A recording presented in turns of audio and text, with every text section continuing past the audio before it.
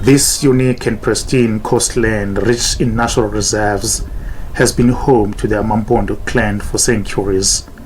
Their Asian culture is entrenched in their spiritual and physical survival.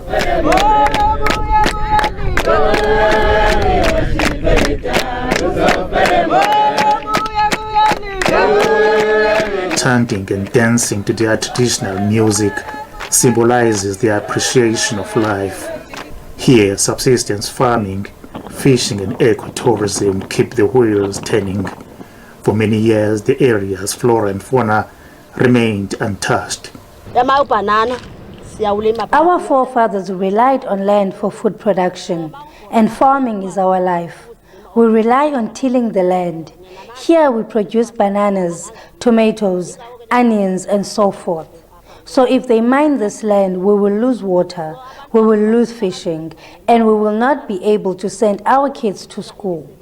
That is why we are opposed to any form of mining.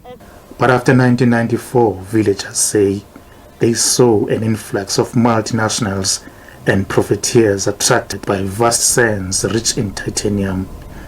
The conflict in Xholobeni followed the announcement that the then Minister of Minerals and Energy, Mbuyelwa Sonjeka, made in 2005 that an Australian mining company, Minerals Commodities, and its subsidiary, Transworld Energy and Minerals, were going to mine the red sand dunes for titanium.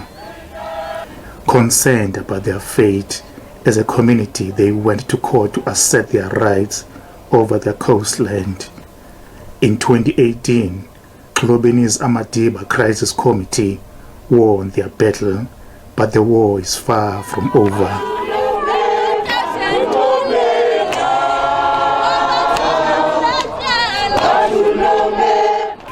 The 2021 attempt by Shell to conduct seismic exploration for gas and oil along the Wild Coast also ended up in court over the rights of coastal communities to determine their lives, livelihoods, land and coastline. On the 1st of September 2022, the Makhanda High Court revoked the seismic exploration rights that both the Minister of Mineral Resources and Energy and the Department of Environmental Affairs had granted to Shell and Impact Africa, a privately owned company. The court ruled that indigenous coastal communities have the fundamental rights to be consulted before the granting of mining licenses, and are entitled to examine applications for mining licenses as well as demand unbiased scientific environmental impact assessments. This in order to prevent degradation and destruction of the pristine wild coast ecosystem. These three mega projects that our government is proposing in our coastal of Amadiba are not the development that is coming from the people. It's a top-down approach, which is the thing that we always try to say to the government. If our government want to develop us, he must listen to us. They must talk to us what type of development that we see. Because if you look the exploration, oil and gas, there is nothing for us. Instead, our ocean is going to be polluted. The marine life will be killed. They believe this invasion of their land is a gross violation of human rights. Australian mining company want to mine a titanium in Xholobeni. Secondly, we're facing a Shell exploration want to mine and test the oil and the gas in our ocean, but no consultation. No one from the government, no one from the company ever consulted us. They only do, they actually come down approach, a top-down approach. They never consider to come to the ground and speak to the people and get the views of the people, what we thinking, what we saying about what they propose to us. And that they are highly violate our human rights. Villagers from the area want to continue their self-sustainable survival and prosperity through agriculture, fishing and tourism. They believe in community development, but not at any cost.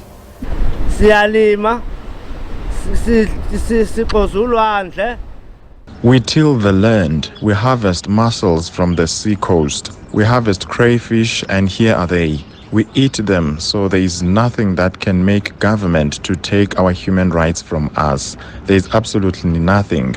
We are not surfing. We need our human rights to be protected. Our government is continuing oppressing us as if we are not citizens.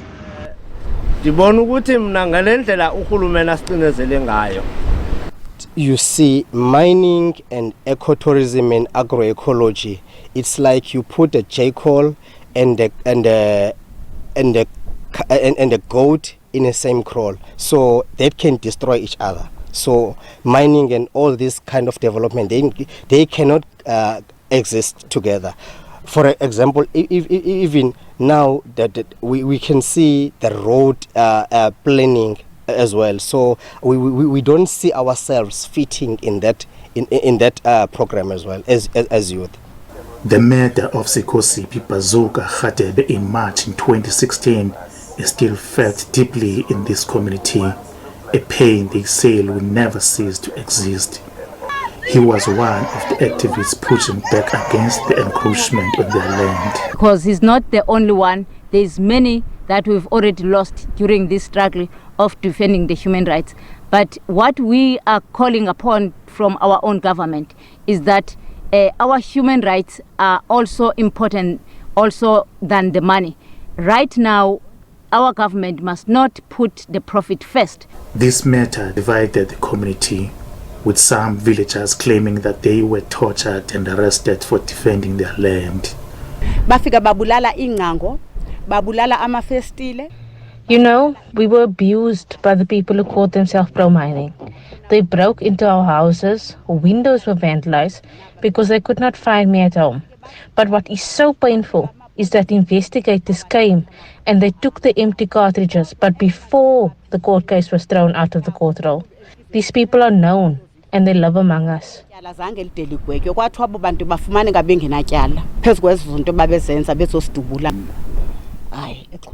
No, there is no freedom here. Here at Xholobeni, we are just victimized by our own government. From Zamba to Mtentu, we do not know anything about freedom. They came here and wanted to remove us from here. They wanted to do mining while we were still looking at that. They came back again with another mining, gas and oil exploration. So our human rights are violated.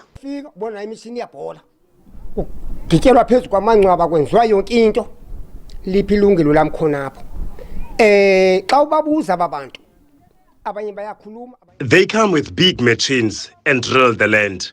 When you ask them what are they doing, they just tell you that, have you not heard from the chief that will be working here? If you ask them, are you guys planning or you are just doing as you wish? How can you rape and propose love afterwards? Don't you see that this is a violation of human rights?